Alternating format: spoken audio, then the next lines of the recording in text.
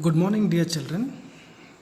Children, today we are going to start with the chapter In the Kingdom of Fools from the book Moments. Children, in the Kingdom of Fools, it is a Kannada folk tale from A.K. Ramanujan's Folk Tales from India. Children, this is a long chapter but quite simple to understand. So, in today's lesson, we are going to cover only 2 pages, that is page number 19 and 20. Well, children, before we start, let me tell you that the title of the story In the Kingdom of Fools, which means the state where people are not so wise, they are not intelligent. In this story, the king, his ministers and his advisors are fools. That means that they are not wise and intelligent. When this kind of people rule the kingdom, then what all happens has been narrated well in this story. Now, as you can read here, you should have your book sidewise. In the kingdom of fools, both the king and the minister were idiots. Now, children, idiot we all understand, the people who are not intelligent. So, in the kingdom of fools, the king and his minister both were unintelligent. They did not want to run things like other kings, so they decided to change night into day and day into night. Quite vague idea. So they decided, since both of them were not very intelligent, so they decided to do something different. They started treating night as day and day as night. Now, they ordered that everyone should be awake at night, till their fields and run their businesses only after dark and go to bed as soon as the sun came up. So here what happened? They passed an order that everyone in the kingdom would work at night, nobody would sleep at night, the farmers would do farming at night, and the ones who ran businesses would do business only at night. As soon as the sun rose, everyone would go to sleep. If someone would disobey the order, he would be punished with death. So, children, the people did as they were told for fear of death. The king and the minister were delighted at the success of their project. So the people were very scared that if they did not obey the king's order, they would be sentenced with death penalty. So they obeyed the order, although it was very strange.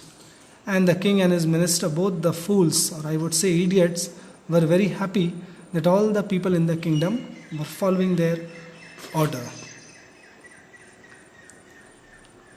Now, what happens here? One day a guru and his disciple arrived in the city. It was a beautiful city. It was broad daylight, but there was no one about.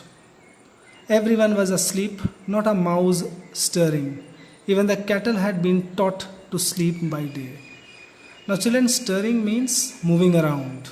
And Guru, we all know, is a saint. So what happens here? One day a saint arrived in the kingdom of fools along with one of his disciples. He saw that it was a beautiful city.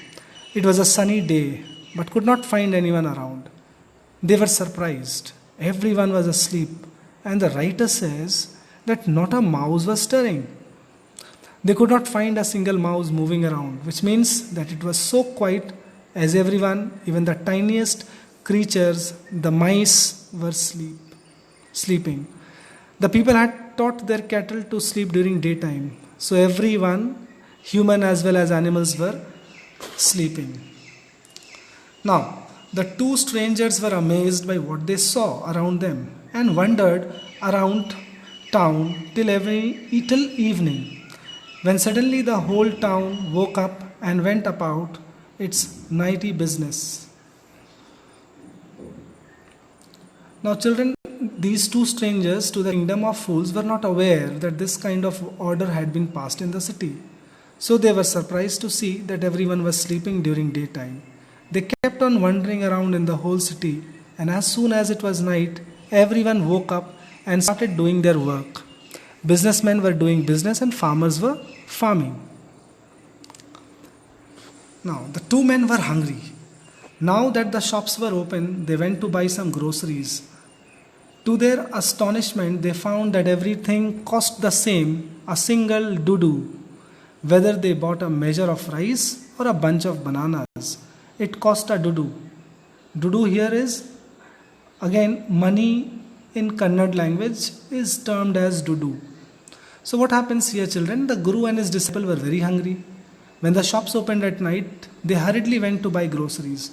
They were surprised to see that whatever they bought from the shop costed one dudu. The things were very cheap out there. Whether you buy a big bunch of bananas or you buy a big bag of rice, it only costed one dudu. Everything was at the same price in the kingdom of fools. Now, the Guru and his disciple were delighted. They had never heard of anything like this. They could buy all the food they wanted for a rupee. So here, children, what happens? The Guru and his disciple were very happy because the food in this kingdom was very cheap. And then they could buy a lot of food just for a rupee. So when they had cooked and eaten, the Guru realized that this was a kingdom of fools and it wouldn't be a good idea for them to stay there.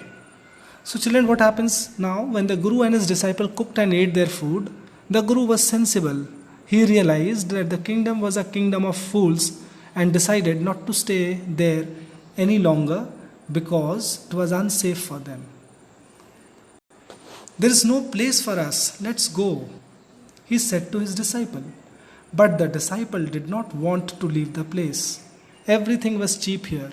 All he wanted was good, cheap food. So children, the wise Guru told his disciple that the place was not right for them and asked him to leave at once. But the disciple was a foodie person. He was a food freak. He loved to eat, and that is why he did not want to leave this place, because the food was cheap there. The Guru said,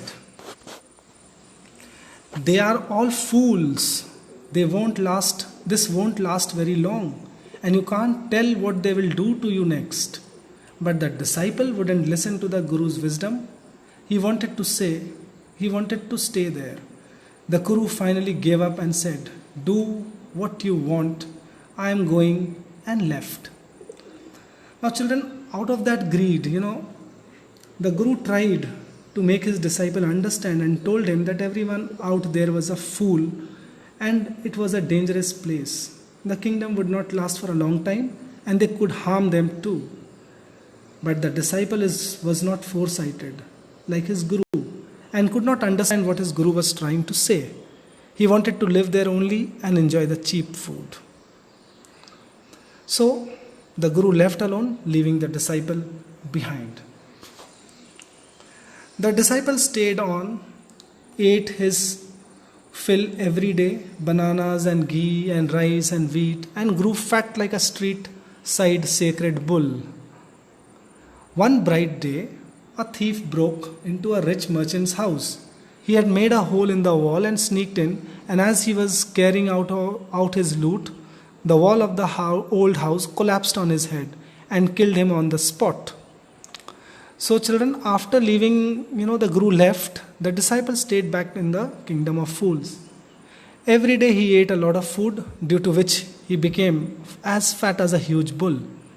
And one day, what happened there? A thief entered a merchant's house and he had made a hole in the wall to gain access. When he was about to move out of the house, after looting all the things, the wall broke and fell down on his head, and he died there only. His brother ran to the king and complained, "Your Highness, when my brother was pursuing his ancient trade, a wall fell on him and killed him. This merchant is to blame. He should have built a good strong wall. You must punish the wrongdoer and compensate the family for this injustice."